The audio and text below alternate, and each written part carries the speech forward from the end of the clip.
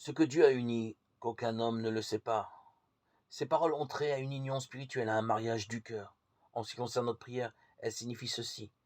Lorsque nous parvenons à la conviction absolue de l'exaucement de notre prière, nous sommes unis à Dieu, à notre bien, et les deux ne font plus qu'un.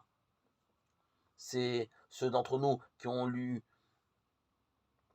de nombreux livres qui concernent qui traitent du mariage, du divorce, de la façon d'attirer à soi le compagnon divin, et d'autres articles, toujours qui parlent de ce qui concerne la famille,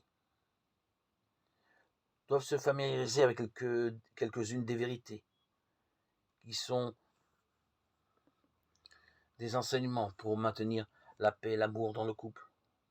Comprenons bien que Dieu, qui est la vérité, est malheureusement pas présent dans bien des mariages,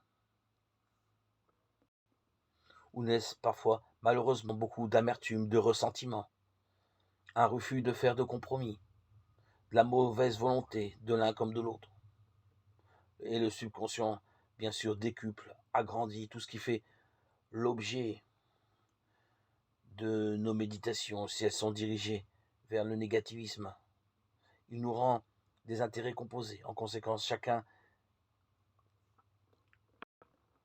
conçoit, que ce soit du côté de la femme ou de l'homme, des pensées qui progressivement les séparent. Combien de mariages sont-ils un vrai sacrement, une véritable union spirituelle? Souvent, ce n'est qu'une cérémonie légale contre laquelle s'insurge quelques semaines plus tard chacune des parties contractantes. Souvenons-nous que quand nous nous marions, nous épousons un état de conscience. Lorsque deux personnes contractent une union véritable, spirituelle, que Dieu a unie, il ne doit pas avoir de divorce. Et chaque conscience, que ce soit la femme ou l'homme, n'en veulent point. Dans ce cas, les époux sont unis spirituellement, mentalement et physiquement. Voici la manière biblique, c'est-à-dire spirituelle, de prier pour avoir un compagnon, une épouse.